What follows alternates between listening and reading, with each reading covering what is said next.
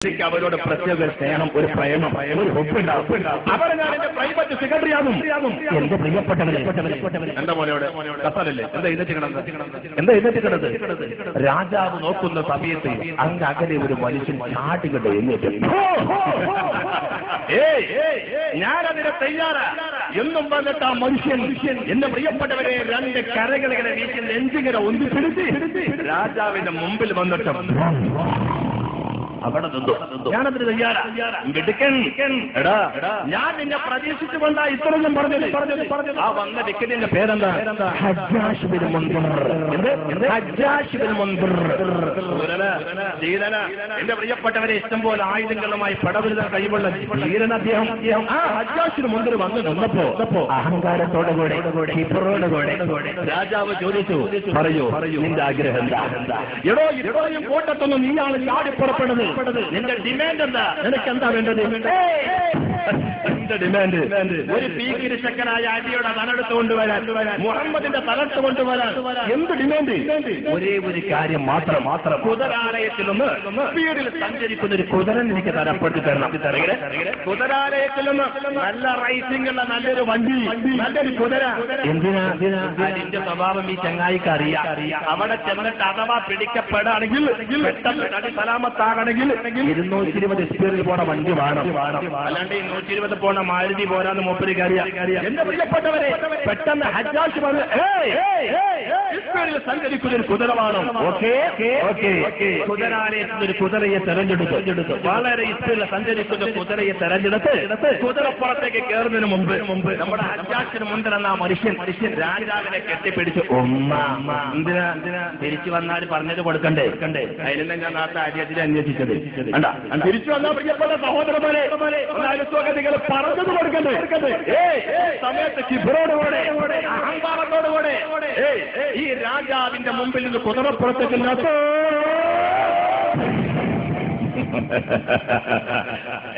രാജാവിന്റെ മുമ്പിൽ നിന്ന് കുതിരപ്പുറത്തേക്ക് കയറിയിരുന്ന് ആ കുതിര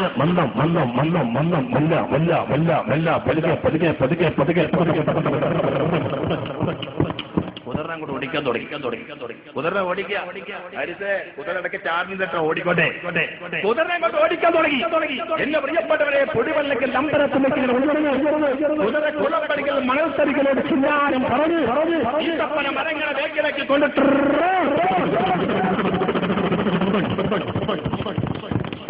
ഓടിയ വളരെ കിബറോടുകൂടി അല്ലാഹു സുബ്ഹാനഹു വ തആല ഈ 3 അക്ഷരത്തെ തൊട്ട് നമ്മളെ കാത്തുരക്ഷിക്കട്ടെ. ഈ 3 അക്ഷരം ഏത്? കിബർ ജനങ്ങളുടെ നാശം. ഏത് 3 കാര്യത്തിലാണ് നബിയുനാ റസൂലുള്ളാഹി. അതിൽ ഒന്നാണ് കിബർ, വൽ ഹസദ്, വൽ ഹിർസ്. ഖാല റസൂലുള്ളാഹി. അതിൽ ഒന്ന് കിബറ. എന്താ കിബർ എന്ന് പറഞ്ഞാൽ? ഞാനാരാ? എല്ലാം പറ്റിയ ആരും പെടല്ല. ഞാനാണ് ഇവിടുത്തെ ഏറ്റവും വലിയ പണക്കാരൻ. എന്റെ വീടാണ് ഏറ്റവും വലിയ വീട്. ഞാനാണ് കേരളത്തിലെ ഏറ്റവും വലിയ സാധികൻ. അങ്ങനത്തെ ഒരു ചിന്താഗതി നമുക്ക് വന്നോ? അതാണ് ഉജ്ജുബ് പൊങ്ങിച്ചും, അതാണ് കിബർ. അണുമണി തൂക്കം ഈ പറയപ്പെട്ട സാധനം നമ്മുടെ ശരീരത്തിൽ അലിഞ്ഞു ചേർത്തിട്ടുണ്ടോ?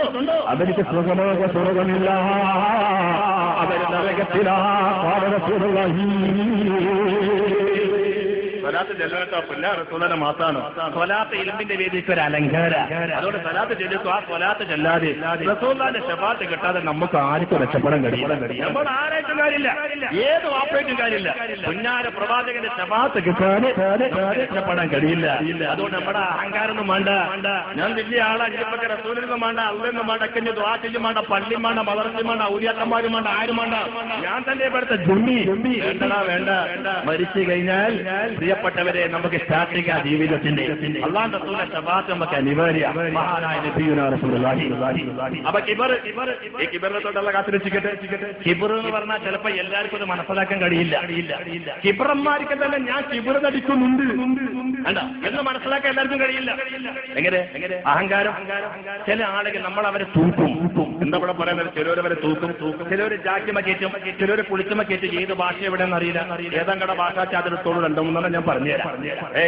ഒപ്പര് ജാക്കിയമ്മക്കേറ്റിയാ കേരള സാരാന്ന് പറയില്ല ചെരുവര്, കുടിച്ചുമ്മക്കേറ്റിയ പൊക്കിയാൻ കൂടെ പൊങ്ങും എന്നൊക്കെ പറയില്ലേ.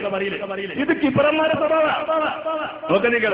ഇവർ ജനമധ്യത്തിൽ വഷളാകും. ലാസ്റ്റ് വഷളാകുകയുള്ളൂ. അള്ളാഹു കാത്ത് രക്ഷിക്കുമാറാവട്ടെ. ഒരു ഉദാഹരണം എക്സാമ്പിൾ പറഞ്ഞാല്, മോനെ എങ്ങോട്ടാ എങ്ങോട്ടാ എങ്ങോട്ടാ എങ്ങോട്ടാ എങ്ങോട്ടാണ് മൂത്രയിക്കാൻ മോനെ നിനക്ക് വേണം മൂത്രയിക്കാൻ നിനക്ക് വേണം അവിടുന്ന് മൂത്രയിക്കരുത്. മൂത്രയിക്കാണെങ്കിൽ പോയിക്കോളൂ. വേണ്ട വേണ്ട.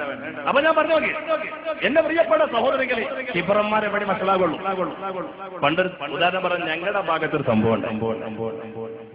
രണ്ട് സുഹൃത്തുക്കൾ, എന്താ പേര്? അബൂബക്കർ മുഹമ്മദ് രണ്ടാളുടെ പേര്. അതില് ആർക്കാ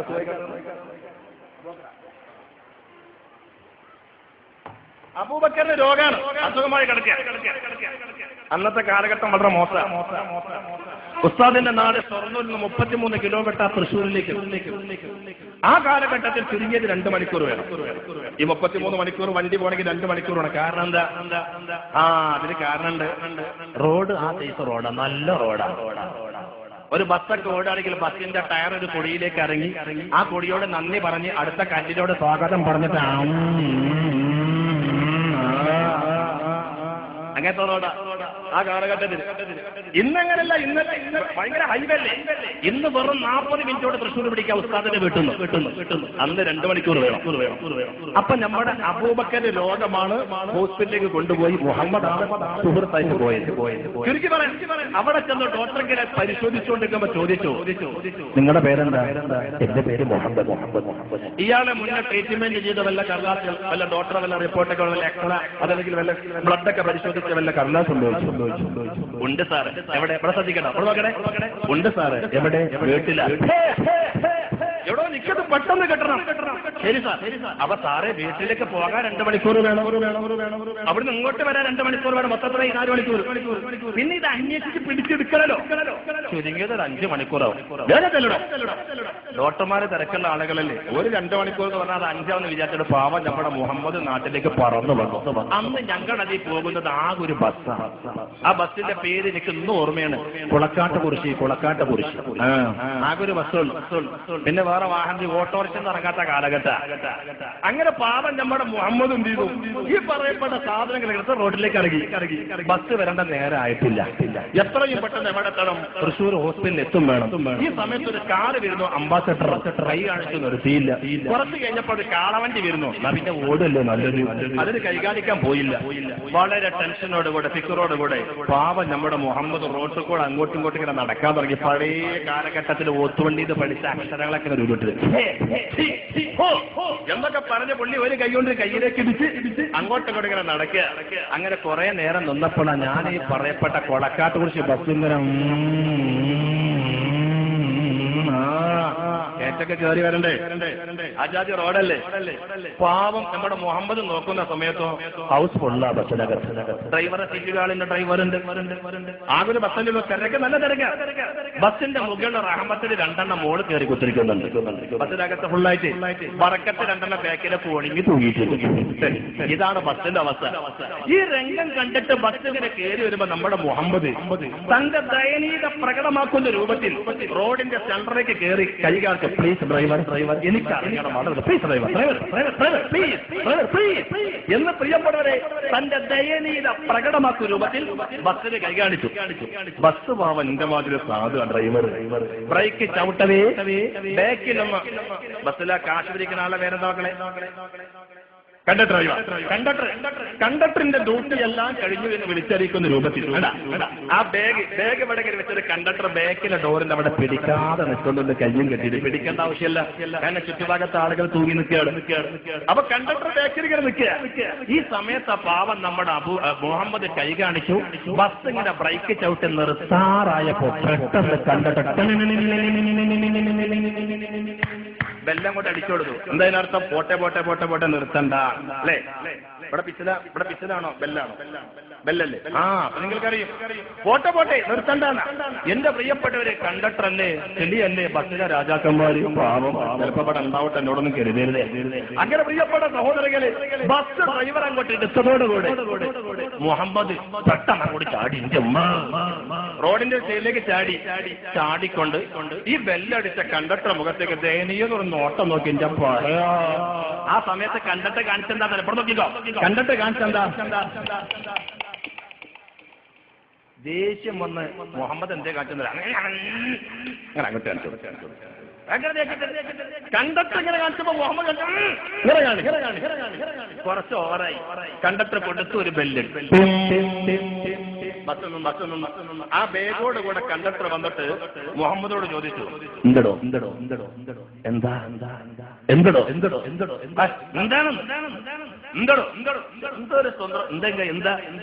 താനെന്തോട് ഇങ്ങനെ അടിച്ചത്? പിന്നെ നീ എന്താ എന്നോട് ഇങ്ങനെ അടിച്ചത്? ഞാൻ ബസ്സിനകത്ത് സ്ഥലമില്ലാന്ന്, ഞാൻ ജടയിലൂടെ കയറിക്കോളാന്ന്. നീ ദേഷ്യപ്പെടേണ്ട ആവശ്യമുണ്ട്? നാണം കെട്ട് വസലായിട്ട് കണ്ടക്ടർ പാവം നമ്മുടെ മുഹമ്മദിന്റെ തോള് പിടിച്ചിട്ട് ബസ്സിലേക്ക് കൊണ്ടുപോയി. ബസ്സിലുള്ള നൂറുകണക്കിന് ആളുകൾക്ക് കണ്ടിട്ട് വെച്ചാൽ കണ്ടക്ടറാ ജാടത്തരം. അപ്പോഴാണ് ആകെ വസലായി പോയി. അപ്പൊ അതാ ഞാൻ പറഞ്ഞത്, ഇവന്മാരെവിടെയും വസലാകുകൊണ്ട് അള്ളാഹു സുബ്ഹാനഹു കാത്തിരക്ഷിച്ച് പറയാവട്ടെ. ആ ഒരു രോഗം ക്യാൻസറാക്കി അള്ളാഹ് നമുക്ക് തരാതിരിക്കട്ടെ. ഉണ്ടെങ്കിൽ അള്ളാഹു പ്രിയപ്പെട്ടവരെ നമ്മൾ എടുത്തു മാറ്റട്ടെ. എന്റെ പ്രിയപ്പെട്ടവരെ, അപ്പൊ വളരെ അഹങ്കാരത്തോടെ നമ്മുടെ രാജാവ് ഹജ്ജാജ് മുമ്പ് തന്റെ കുതിരപ്പത്തെ കയറിക്കൊണ്ട് അങ്ങനെ ഓടി എവിടെ? പരിശുദ്ധമായ മദീന പള്ളിയിൽ എന്റെ പ്രിയപ്പെട്ടവരെ സുബഹി നിസ്കരിച്ചുകൊണ്ടിരിക്കുന്നു. ലോകത്തിലാണ് മഹാന്മാരായ സ്വഹാബികൾക്ക് എന്ന് പറഞ്ഞു കൊടുക്കുകയാണ്, നിർത്തിക്കൊണ്ടിരിക്കുകയാണ്. ആ പ്രാർത്ഥനയിൽ പങ്കുകൊണ്ട് സായുജ്യമടയുവാൻ എമ്പാടും സ്വഹാബികൾ അവിടെ എത്തിയിട്ടുണ്ട്. ഒരുപാട് സ്വഹാബികൾ റസൂലുള്ളാഹിന്റെ മുഖത്തേക്ക് വദനത്തിലേക്ക് നോക്കിക്കൊണ്ട് എന്റെ പ്രിയപ്പെട്ട സഹോദരങ്ങളെ സ്വഹാബികൾ ഇരിക്കുന്നത്. ഈ സമയത്ത് ഈ പള്ളി എങ്ങനത്തെ പള്ളിയാ? ഇതുപോലെ വാർപ്പിന്റെ ഭിത്തികളല്ല, ഈത്തപ്പന പോലെ കൊണ്ട് ഉണ്ടാക്കപ്പെട്ട പള്ളി. എന്റെ പ്രിയപ്പെട്ടവരെ, ആർക്കും എവിടുന്നും കയറാം. 1500 കൊല്ലം മുമ്പുള്ള പള്ളി. ആ പള്ളിയിലേക്ക് ഹജ്ജാജ് മുൻപ് റസൂലുള്ളാഹിനെ കൊല്ലാൻ വേണ്ടി വന്ന ആള്, റസൂലുള്ളാഹിനെ കൊല്ലാൻ വേണ്ടി വന്ന ആള് ആ പള്ളിക്കകത്തേക്ക് കയറി. ആരും അറിഞ്ഞില്ല. സുന്ദരമായിരിക്കുന്ന റസൂലുള്ളാഹിന്റെ തിളക്കമാർന്ന മദനത്തിലേക്ക് മുച്ചുനോക്കിക്കൊണ്ടിരിക്കുന്ന സഹാബികൾ നഷ്ടപ്പെടുത്താൻ